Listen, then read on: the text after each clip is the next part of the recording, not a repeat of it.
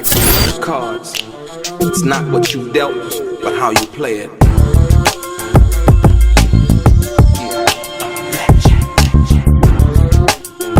Play each situation correctly.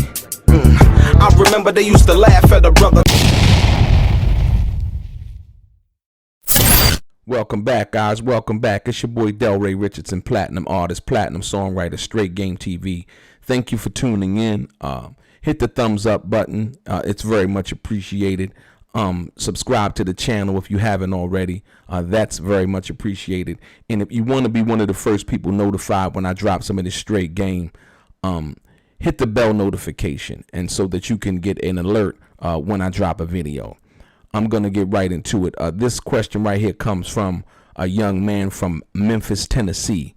And the question is who did Suge Knight feel like was responsible for him and Tupac being shot that night in Vegas? Very good question.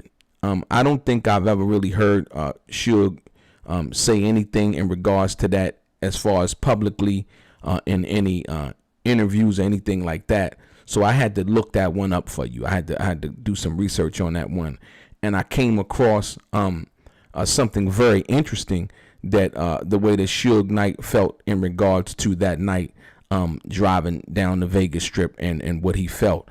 And yeah, this is very interesting, and it's kind of related to, you know, minus me seeing this new information, the video that I did just not too long ago, in which what I talked about the security protocol in regards to that. So I'm gonna get right into it. Look, basically, Suge was being questioned by the Las Vegas Police Department, and this incident happened on 9/7/1996. So Suge had was questioned by the LVPD, Las Vegas Police Department, and basically they were asking him questions in regards to what he saw, him being shot, and so on and so forth. And how it basically started off, it was like it said, Mr. Knight, I've informed you are a victim listed in this report involving the shooting of Tupac Shakur. Is that correct? And Suge responds with, yes, sir.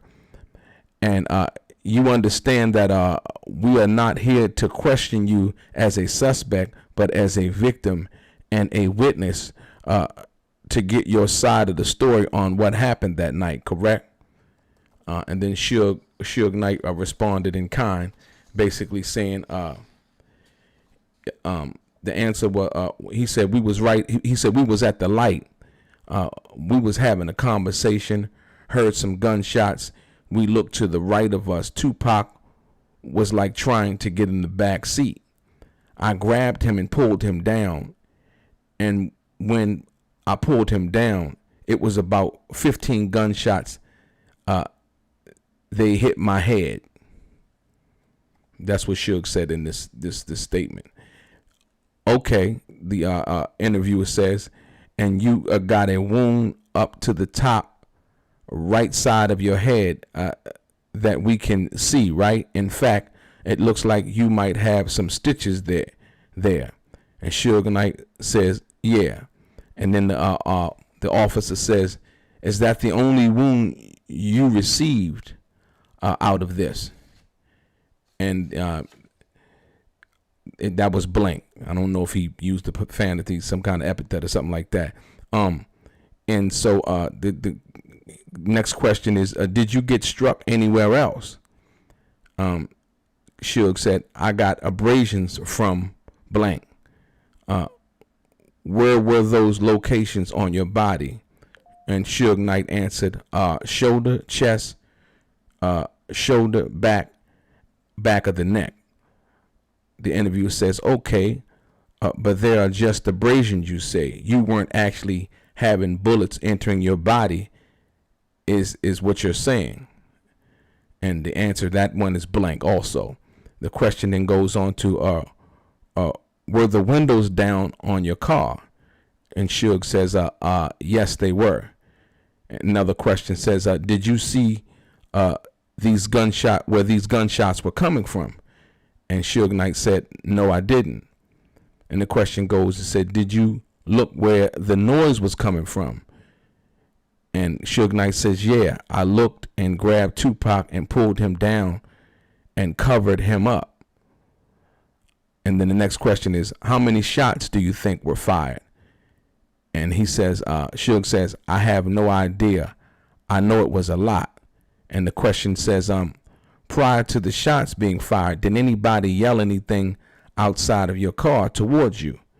And Suge Knight says nothing. And so the other interesting thing about this is in that interview, basically Suge had expressed anger in regards to the security and their lack of doing what they were supposed to do in defending him and Tupac that night. So, and this is the statement, and it reads, it says, Suge expressed his anger at Tupac's bodyguards, which included the star's cousin and brother, who were following behind them in a black Lexus during the interview. Asked by police what the security team did to save them, he replied, your guess is as good as mine. The guy gets paid a lot of money to be protection. I don't understand it to this day. This is one of the reasons Tupac and myself was more comfortable, because we knew we had Tupac's bodyguards behind this. This is the idea for them. Yeah. So Suge basically expressed the fact that, the security wasn't doing their job.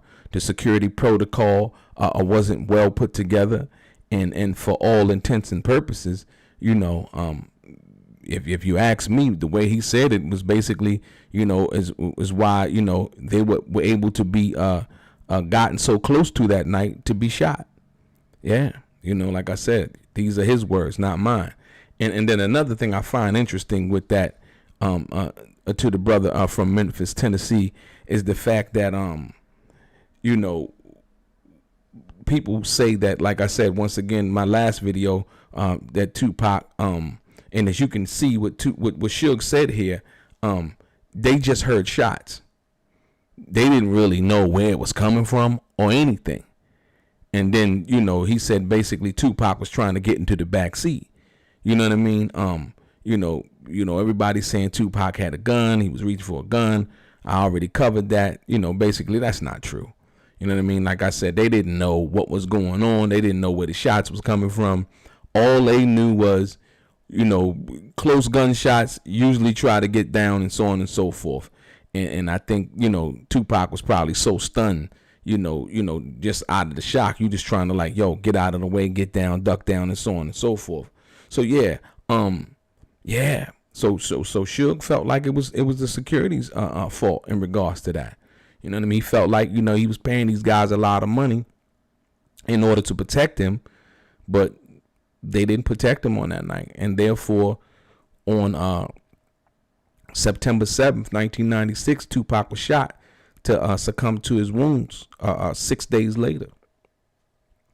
How unfortunate. But yeah, I think this is interesting, man, that Suge did an interview with the police, and like I said, he thought he was shot even more times.